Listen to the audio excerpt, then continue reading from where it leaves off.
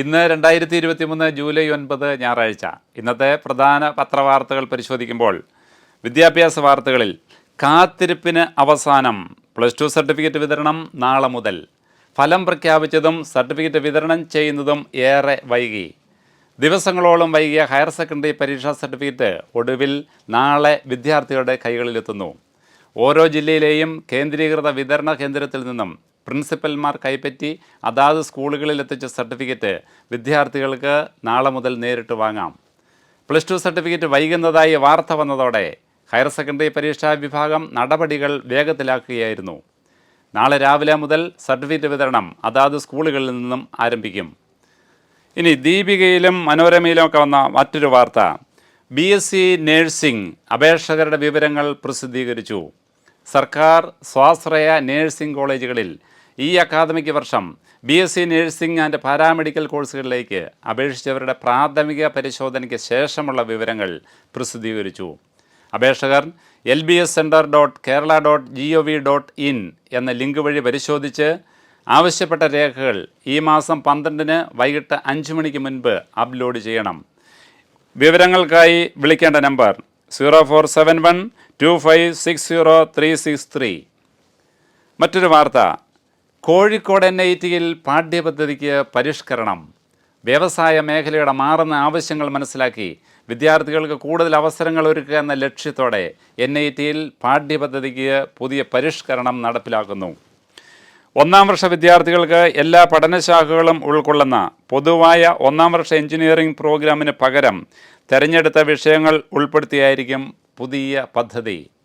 നിർമ്മിത ബുദ്ധി, electric vehicle engineering എന്നീ 2 പുതിയ MTech കോഴ്സുകൾ കൂടി ഈ വർഷം ആരംഭിക്കും.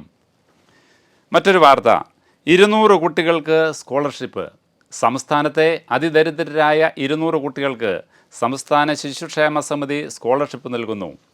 SSLC പരീക്ഷ കഴിഞ്ഞ് ഉപരിപഠനത്തിനായി തിരഞ്ഞെടുക്കപ്പെടുന്ന വിദ്യാർത്ഥികൾക്കാണ് സ്കോളർഷിപ്പ് അർഹതയുണ്ടാവുക. ജില്ലാ ശിശുക്ഷേമ സമിതിയാണ് കുട്ടികളെ തിരഞ്ഞെടുക്കുന്നതെന്ന് സംസ്ഥാന ശിശുക്ഷേമ സമിതി general secretary GL Arun Gopi പറഞ്ഞു. ഇനി മറ്റൊരു പ്രധാന വാർത്ത.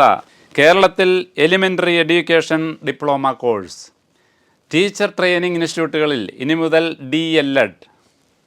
കേരളത്തിലെ 101 സർക്കാർ 101 സ്വാശ്രയ ടീച്ചർ ട്രെയിനിങ് ഇൻസ്റ്റിറ്റ്യൂട്ടുകളിൽ നടത്തുന്ന 2 വർഷത്തെ ഡിപ്ലോമ ഇൻ എലിമെൻ്ററി എഡ്യൂക്കേഷൻ പ്രോഗ്രാമിന് ഇപ്പോൾ അപേക്ഷിക്കാം. ഡിപ്ലോമ ഇൻ എഡ്യൂക്കേഷൻ കോഴ്സിൻ്റെ പേരാണ് ഡിപ്ലോമ ഇൻ എലിമെൻ്ററി എഡ്യൂക്കേഷൻ എന്ന് പുനർനാമകരണം ചെയ്തിട്ടുള്ളത്. 50% മാർക്കോടെ ഹയർ സെക്കൻഡറി പരീക്ഷ ജയിച്ചവർക്ക് ഈ കോഴ്സിന് അപേക്ഷിക്കാം. പ്രായപരിധി 2023 ജൂലൈ 1 17 വയസ്സിനും 33 വയസ്സിനും ഇടയിൽ. education.kerala.gov.in ഈ സൈറ്റ് വഴി അപേക്ഷ സ്വീകരിക്കുന്ന അവസാന തീയതി ജൂലൈ 20. മറ്റൊരു പ്രധാന വാർത്ത കാണുന്നു. നെക്സ്റ്റ് മോക്ക് പരീക്ഷയ്ക്ക് രജിസ്ട്രേഷൻ ഫീസ് ഇല്ല. MBBS അവസാന വർഷക്കാർക്കുള്ള ലൈസൻസ് പരീക്ഷ നെക്സ്റ്റിൻ്റെ ജൂലൈ 28 നടക്കുന്ന മോക്ക് ടെസ്റ്റിന് രജിസ്ട്രേഷൻ ഫീസ് ഉണ്ടാവില്ല. ഫീസ് ഒഴിവാക്കണമെന്ന് ദേശീയ മെഡിക്കൽ കമ്മീഷനോട് ആരോഗ്യ മന്ത്രാലയം ആവശ്യപ്പെട്ടു. ഡൽഹിയിലെ all India Institute of Medical Science AIIMS ആണ് പരീക്ഷ നടത്തുക.